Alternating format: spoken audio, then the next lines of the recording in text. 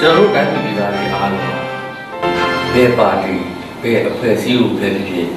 လွတ်လပ်စွာနဲ့နေပြီးပိုင်ခွင့်ရှိတယ်ဒါကြောင့်ဒါပဲအားလုံးကိုတိုက်တွန်းချင်တာကိုယ်နာမည်မဲစင်းထဲမှာပါမပါဆိုတာအမြန်ဆုံးသွားကြည့်ကြပါတိုက်တွန်းချင်ပါတယ်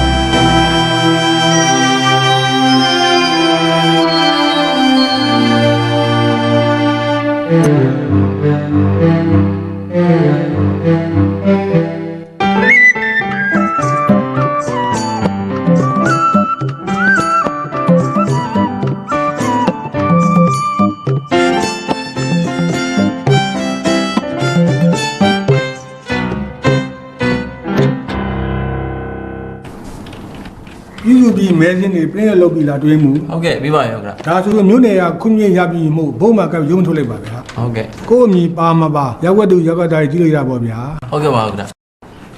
ကိုရင်ထွေးဗျာလာပြီဗျာခင်ဗျားတာဝန်ယူထားတဲ့နှင်းစီလန်းမဲစင်းတွေရနဲ့စပြီးတော့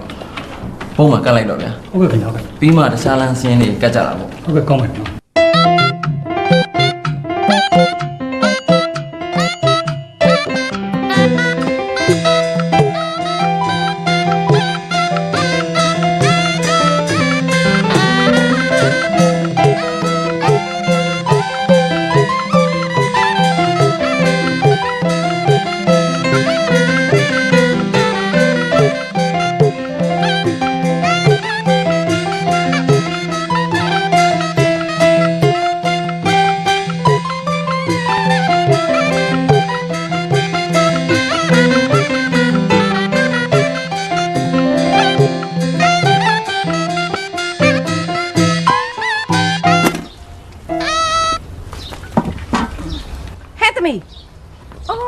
ပြန်လာနောက်ကျလိုက်လားဘယ်ဝင်နေလို့လဲဟောဘဲမမွေမအောင်အမေရဲ့ရက်ကွက်ကော်မရှင်ရုံးမှာမဲစင်းတွေကတ်ထားတွေ့လို့ဝင်ကြည့်နေလို့ပါမလေးနေရလဲဟဲ့မဲစင်းများဝင်ကြည့်နေသေးတယ်အလကားသူကကလပန်ထိုးပြီးတော့သူတို့လူပဲမဲရအောင်လုပ်မှာအော်သူတို့ကဘာလို့လုပ်ပေါ့အကိုရဲ့မဲစင်းမှာကိုယ့်နာမည်ပါမပါဝင်ကြည့်မှလူသေးတာပေါ့ဟဲ့မဲစင်းတွေမှာတို့နာမည်ကိုပါရဲ့လားပါပါတယ်အမေရဲ့ပါတယ်အမေနာမည်တွေမကောက်ဘူးအဖေနာမည်တော့ပါနေသေးတယ်ဟဲ့မလေးဗုဒ္ဓအဖေနာမည်ပါတယ်အဖေကသေသွားပြီလေဘလို့မဲစင်းထဲမှာပါနေမလေးဟုတ်တယ်လေ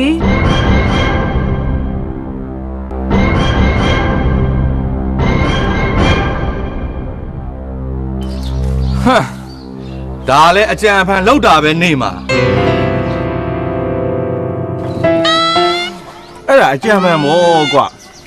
ကော်မရှင်နဲ့ဟိုပါတီလက်ဝါးချင်းရိုက်ပြီးဖန်တီးတာလေကွာမင်းပြေမတည်ခင်ရတယ်ဟိုပါတီကဥဒမောင်နဲ့ဆိုအရက်တော့ပေါ်တောက်ဖက်လေဟဲ့အခုအဲ့ဒီဥဒမောင်ဝင်အရွေးခံမှာမို့သူ့အတွက်မဲရအောင်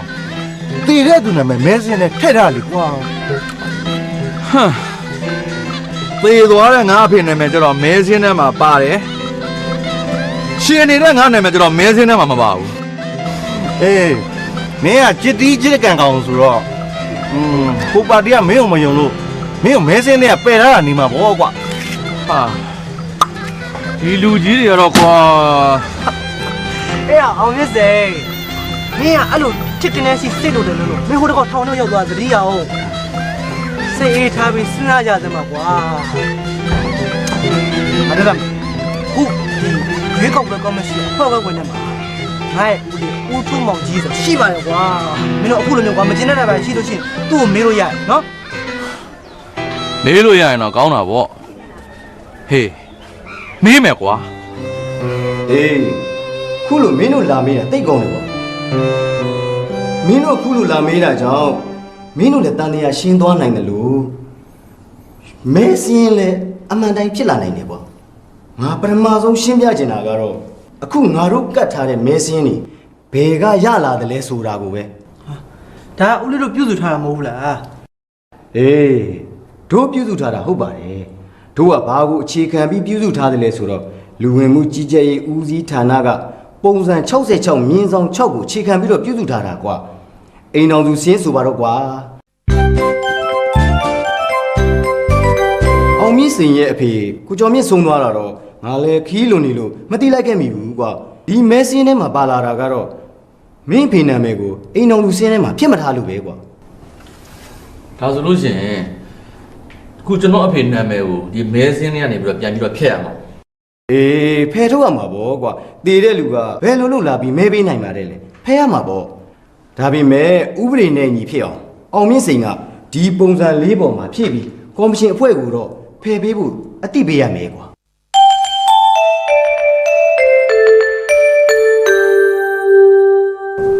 ဦးလေးရလဲဗျာပုံစံတွေရောဘာတွေရောချုပ်ချက်ကိုခတ်နေရပဲ မရှုပ်လို့မရဘူးအောင်မြင့်စိန်ရေမင်းအဖေဆုံးသွားပြီးကတည်းကကြံခဲ့တဲ့မိမိကမြို့နယ်လာဝကယုံကိုသွားပြီးပုံစံ66မြင်းဆောင်6အိမ်တော်သူစင်းတွေကမင်းအဖေနာမည်ကိုထုတ်ခဲ့ရမှာမထုတ်ခဲ့လို့ရှုပ်ရတာ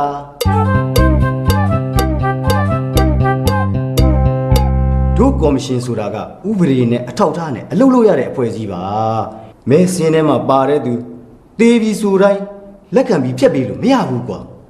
ပုံစံ66မြင်းဆောင်6မှာလာဝကဖြတ်ပြီးဖို့တေးစင်းမရှိဘူးဆိုရင်တိုင်းကျမ်းမာရေးဦးစီးရုံးကြည့်သွားပြီးတေးစင်းပြန်ရှာရရင်ဒီအရက်ကတော်တော်ရှည်လိမ့်မယ်ဒါကြောင့်အိမ်တော်ဦးစီးဖြစ်တဲ့သူကဒီပုံစံ၄ပုံမှာလက်မှတ်ထိုးပြီးတေးဆုံးကြောင်းအာမခံတင်ပြရတာကွာဒါဆိုရင်ပြီးပြီ ခဏလေးဦးလေးဟုတ်ပြီနော်ဟိုတည်သွားတဲ့ကျွန်တော်အဖေရဲ့နာမည်ကမဲစင်းထဲမှာပါနေဆိုတော့ထားလိုက်တော့ဒါပေမဲ့ကျွန်တော်မတည်သေးဘူးလေကျွန်တော်အသက်ရှင်နေလုံးမဲ့လေကျွန်တော်ကတော့ဘာဖြစ်လို့မဲစင်းထဲမှာမပါတာလဲကဲအဲ့ဒါလေးလည်းရှင်းပြပါဦး ဟုတ်ရင်လားကွာဘာဖြစ်လို့မင်းကမပါရတာလဲမင်းကနိုင်ငံသားလည်းမဟုတ်ပါဘူးသာသနာဝန်ထမ်းရဟန်းလည်းမဟုတ်ပါဘူးစိတ်ပေါ်တဲ့လူလည်းမဟုတ်လူငွဲ့ဖြစ်ဆုံးဖြတ်ခြင်းညာခံထားရတဲ့သူဖြစ်ကလွတ်မြောက်ခွင့်မရသေးတဲ့သူလည်းမဟုတ်ဥပဒေရတားမြစ်ထားတာလည်းမရှိမင်းထောင်ချလိုက်တယ်မဟုတ်ဘူးလားကွာ ထောင်ကြတော့ဟုတ်တယ်လေလားဒါပေမဲ့ထောင်ကြတယ်ဆိုတာကျန်ဖြစ်လို့ကြာပြီးတော့ထောင်ထဲမှာလည်းစီမီစီကန်းနဲ့အညီနေတာဆိုတော့ရှော့ရက်နဲ့ပြန်လွတ်လာ ။အော်ဟုတ်လား။ဒါဆိုရင်အမှန်တိုင်းဖြစ်ရမှာပေါ့ကွာ။မဲစင်းထဲမှာမင်းနာမည်မပါဘူးဆိုတာကမင်းကထောင်ချနေလို့မပါတာကွာ။အခုမင်းကရှော့ရက်နဲ့ရွေးကောက်ပွဲမတိုင်ခင်ကတ်လွတ်လာတာဆိုတော့မင်းနာမည်ပြန်ထည့်ပေးပြီးမဲပေးရမှာပေါ့ကွာ။မင်းကပုံစံသုံးနဲ့အမည်စင်းထည့်ပေးဖို့တင်ပြပေးဖို့လိုတာပေါ့ကွာ။တစ်စက်တည်းရှင်းပြချင်တာကဥပဒေအရသာသနာဝန်ထမ်းထောင်ကျနေတဲ့သူစိတ်ပေါ်တော့လူမွဲဖြစ်ဆုံးဖြတ်ခြင်းညာခံထားရခြင်းမှာလွတ်မြောက်ခွင့်မရသေးသူဥပဒေအရတားမြစ်ထားတဲ့သူနဲ့နိုင်ငံသားဆိုရင်တော့မဲပေးရမယ့်စီးရင်ထဲမှာမပါနိုင်ဘူးပေါ့ကွာနောက်တစ်ခုကအသက်16နှစ်ပြည့်မပြည့်တွက်တဲ့အခါဒုကော်မရှင်ဖွဲ့ကမျက်စိမှောက်ပြီးနာမည်ကြံသွားတာမျိုးတွေလည်းရှိနိုင်ပါတယ်ဒါကြောင့်အကောင်းဆုံးကတော့မဲစင်းကတ်တဲ့ခါမှာမဲစင်းကိုလာကြည့်ပေးဖို့အရေးကြီးတယ်ဒါမှအချိန်မီအမှန်ကိုပြင်ပေးနိုင်မှာဖြစ်တယ်လို့မဲပေးပိုင်ကိုမဆုံးရှုံးမှာဖြစ်တယ်အရေးကြီးဆုံးပြောချင်တာကတော့မဲစင်းကတ်ထားတဲ့အချိန်မှာမဲစင်းကိုလာကြည့်ပေးဖို့ပဲ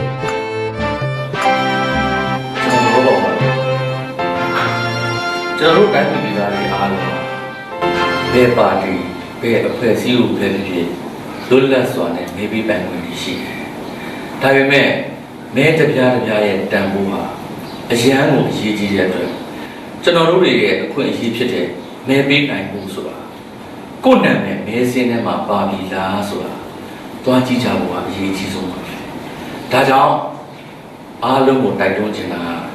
ကိုယ်နာမည်မဲစင်းထဲမှာပါမပါဆိုတာအမြန်ဆုံးသွားကြည့်ကြပါလို့တိုက်တွန်းချင်ပါတယ်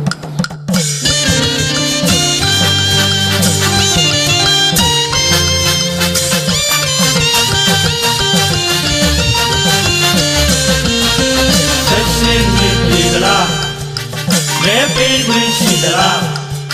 ကိုပိုင်ဆိုင်ရာကိုအခွင့်အရေးဒီမဆုံးရှုံးဘူးလို့များအားလုံးမဲလို့ ပေးကြစို့